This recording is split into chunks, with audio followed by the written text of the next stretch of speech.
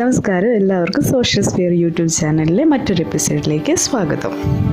കുട്ടികളിലും മുതിർന്നവരിലും ഓർമ്മക്കുറവ് വളരെയധികം ബുദ്ധിമുട്ടുളവാക്കുന്നതാണ്. ഉദാഹരണമായി സാധനങ്ങൾ മറന്നു വെച്ചിട്ട് പോവുക, അതുപോലെ കറികളിൽ ഉപ്പിട്ടത് ഓർക്കാതെ പിന്നെയും ഉപ്പിടുക തുടങ്ങി ദൈനംദിന ജീവിതത്തെ ബാധിക്കുന്ന തരത്തിലാണ് ഓർമ്മക്കുറവ് ഉണ്ടാകുന്നത്. കുട്ടികളിൽ പ്രധാനമായും പഠിച്ച കാര്യങ്ങൾ മറന്നു പോകുന്നത് സ്വാഭാവികമാണ്. അത്തരത്തിലുള്ള സന്ദർഭത്തെ ഓവർകം ചെയ്യുവാൻ നമ്മൾ പഠിക്കണം. എന്താണ് ഓർമ്മ? എന്താണ് മറവി? പരീക്ഷാ സമയത്തും മറ്റും പഠിക്കുന്ന കാര്യങ്ങൾ മറക്കാതിരിക്കുവാനുള്ള ടിപ്സ് എന്നിവയെക്കുറിച്ചാണ് ഇന്നത്തെ വീഡിയോയിൽ ഡിസ്കസ് ചെയ്യുവാൻ പോകുന്നത്. ഏവർക്കും വീഡിയോയിലേക്ക് ഒരിക്കൽ കൂടി സ്വാഗതം. ആദ്യമായിട്ട് ഓർമ്മയെക്കുറിച്ചാണ് ഡിസ്കസ് ചെയ്യുവാൻ പോകുന്നത്. എന്താണ് മെമ്മറി? ലേൺ ചെയ്തിട്ടുള്ള പാസ്റ്റ് എക്സ്പീരിയൻസസിനെ സ്റ്റോർ ചെയ്യുവാനും അത് പിന്നീട് ഉപയോഗിക്കാനുമുള്ള മൈൻഡിൻ്റെ പവറിനെ അല്ലെങ്കിൽ ആ ഒരു കഴിവിനെയാണ് മെമ്മറി എന്ന് പറയുന്നത്. അറ്റ്കിൻസൺ ആൻഡ് ഷിഫ്രിൻ മോഡൽ അനുസരിച്ച് 3 ബേസിക് ടാസ്കുകളാണ് നമ്മുടെ മെമ്മറിക്ക് ഉള്ളത്. ഒന്നാമത്തേത് എൻകോഡിംഗ്, രണ്ടാമത്തേത് സ്റ്റോറിംഗ്, മൂന്നാമത്തേത് റിട്രീവൽ. എൻകോഡിംഗ് എന്ന് പറയുന്നത് മെമ്മറിയിൽ സ്റ്റോർ ചെയ്യാൻ കഴിയുന്ന തരത്തിലുള്ള യൂസബിൾ ഫോമിലേക്ക് സെൻസറി ഇൻഫോർമേഷനെ കൺവേർട്ട് ചെയ്യുന്ന പ്രോസസ്സാണ് എൻകോഡിംഗ്. രണ്ടാമത്തേത് സ്റ്റോറിംഗ്. ഇൻഫോർമേഷൻ കുറേ കാലത്തേക്ക് മെയിൻറ്റെയിൻ ചെയ്യുന്ന പ്രോസസ്സാണ് സ്റ്റോറിംഗ് എന്ന് പറയുന്നത്.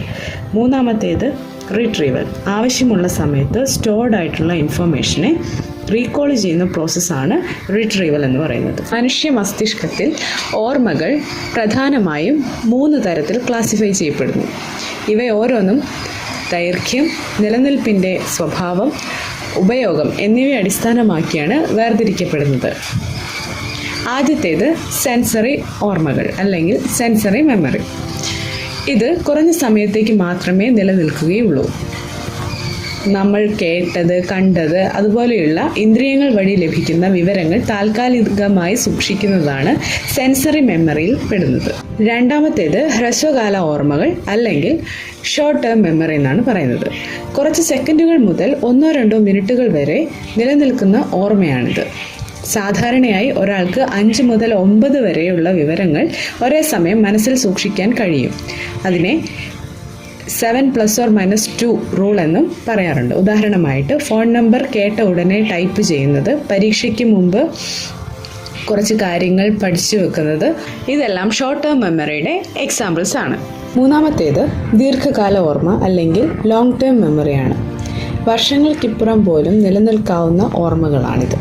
നമുക്കേറെ പ്രസക്തിയുള്ള വിവരങ്ങൾ, പഠനങ്ങൾ, അനുഭവങ്ങൾ തുടങ്ങിയവ ഈ ഓർമ്മയിലാണ് സൂക്ഷിക്കപ്പെടുന്നത്. ഈ ഓർമ്മകൾ വീണ്ടും വീണ്ടും റീകോൾ ചെയ്യാവുന്നതാണ്. ദീർഘകാല ഓർമ്മയ്ക്ക് അല്ലെങ്കിൽ ലോങ് ടേം മെമ്മറിക്ക് 2 തരത്തിലുള്ള ക്ലാസിഫിക്കേഷൻ ഉണ്ട്. ഒന്നാമത്തേത് എക്സ്പ്ലിസിറ്റ് മെമ്മറി അഥവാ പ്രത്യക്ഷ ഓർമ്മ, അതായത് ബോധപൂർവം ഓർത്തെടുക്കാവുന്ന ഓർമ്മയാണിത്. ഇതിനെ 2 തരത്തിലാണ് ക്ലാസിഫൈ ചെയ്യുന്നത്. ഒന്നാമത്തേത് എപ്പിസോഡിക് മെമ്മറി, അതായത് വ്യക്തിഗത അനുഭവങ്ങൾ.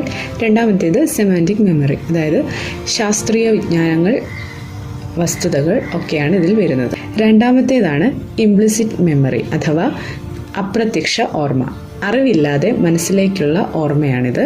കഴിവുകളും ശീലങ്ങളും ഒക്കെയാണ് ഇതിൽ വരുന്നത്. അപ്പോൾ ഇത്രയുമാണ് വിവിധ തരത്തിലുള്ള മെമ്മറികൾ. ഇത്രയുമാണ് ഓർമ്മയെക്കുറിച്ചുള്ള ബേസിക് ആയിട്ടുള്ള കാര്യങ്ങൾ. അടുത്തതായി ഫൊർഗറ്റിംഗ് അല്ലെങ്കിൽ മറവിയെക്കുറിച്ചാണ് ഡിസ്കസ് ചെയ്യുവാൻ പോകുന്നത്. നേരത്തെ ലേൺ ചെയ്തതിനെ റീകോൾ ചെയ്യാൻ പറ്റാത്ത സ്ഥിരമായതോ താൽക്കാലികമോ ആയ ലോസ് ആണ് മറവി അല്ലെങ്കിൽ ഫൊർഗറ്റിംഗ് എന്ന് പറയുന്നത്. മറവിക്ക് വിവിധ കാരണങ്ങൾ ഉണ്ട്. ചിലതൊക്കെ നമുക്ക് നോക്കാം.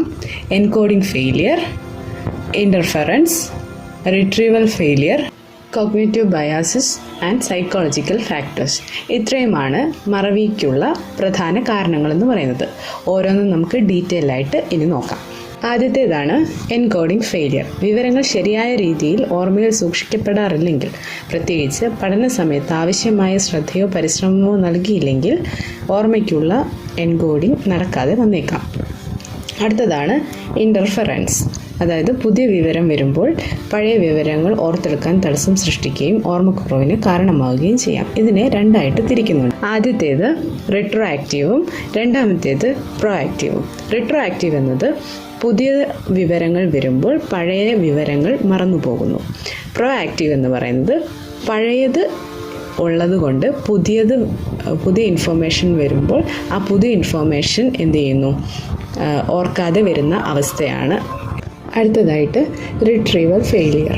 ഓർമ്മയിൽ സൂക്ഷിച്ചിരിക്കുന്ന ഇൻഫോർമേഷൻ ആവശ്യമായ സൂചനകൾ അല്ലെങ്കിൽ സാഹചര്യങ്ങൾ ലഭ്യമല്ലാത്തത് കാരണം വീണ്ടും റീകോൾ ചെയ്യാൻ പറ്റാതെ വരുന്നു. അടുത്തതായിട്ട് cognitive biases.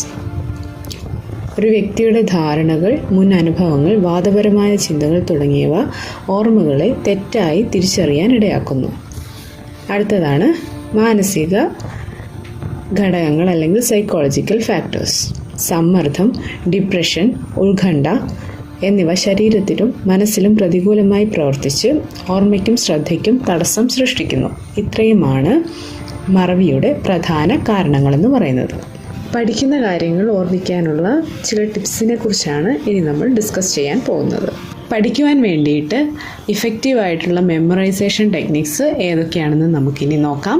Active recall, spaced repetition, mnemonics, chunking and visualisation. ആദ്യമായിട്ട് നോക്കാൻ പോകുന്നത് ആക്റ്റീവ് റീകോൾ അഥവാ സജീവമായി ഓർമ്മപ്പെടുത്തൽ.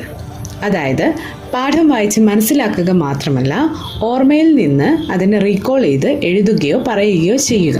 ഇങ്ങനെ ചെയ്താൽ ഓർമ്മശക്തി കൂട്ടുവാൻ സാധിക്കും.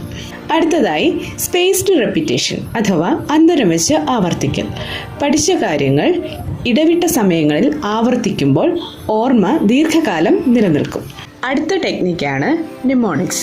അതായത് പഠിക്കാനുള്ള കാര്യങ്ങൾ ഷോർട്ട് ഫോം, റൈംസ്, സോങ്സിൻ്റെ ഒക്കെ രൂപത്തിലേക്ക് മാറ്റിയാൽ ഓർക്കാൻ എളുപ്പമായിരിക്കും. അടുത്തായിട്ട് നമ്മൾ നോക്കാൻ പോകുന്നത് ചങ്കിങ് എന്ന ടെക്നിക്കിനെ കുറിച്ചാണ്. വലിയ തോതിലുള്ള വിവരങ്ങൾ എളുപ്പം ഓർക്കാവുന്ന ഗ്രൂപ്പുകളായി വിഭജിച്ചുകൊണ്ട് ഓർമ്മിക്കാൻ സഹായിക്കുന്ന ഒരു ശാസ്ത്രീയമായ വിദ്യയാണ് ചങ്കിങ് എന്നത്. അടുത്ത ടെക്നിക്കാണ് വിഷ്വലൈസേഷൻ അഥവാ ദൃശ്യവൽക്കരണം. അതായത് പഠിച്ച ഓരോ ആശയത്തെയും മനസ്സിൽ ചിത്രം വരച്ചതുപോലെയുള്ള ദൃശ്യങ്ങളായി മാറ്റിയാൽ അതിനെ ഓർക്കാൻ നമുക്ക് വളരെ എളുപ്പമായിരിക്കും. മനസ്സിൽ കാണുന്ന കാഴ്ചകൾ സാധാരണ ടെക്സ്റ്റ് ഓർമ്മിക്കുന്നതിനേക്കാളും ദീർഘകാലത്തേക്ക് ഓർമ്മയിൽ പതിഞ്ഞിരിക്കുമെന്നും ശാസ്ത്രീയമായി തെളിയിക്കപ്പെട്ടിട്ടുണ്ട്. ഇത്രയുമാണ് ഈ വീഡിയോയിൽ പറയുവാനുള്ളത്. അടുത്ത വീഡിയോയിൽ മറ്റൊരു വിഷയവുമായിട്ട് കാണുന്നത് വരെ സ്റ്റേ ട്യൂൺ.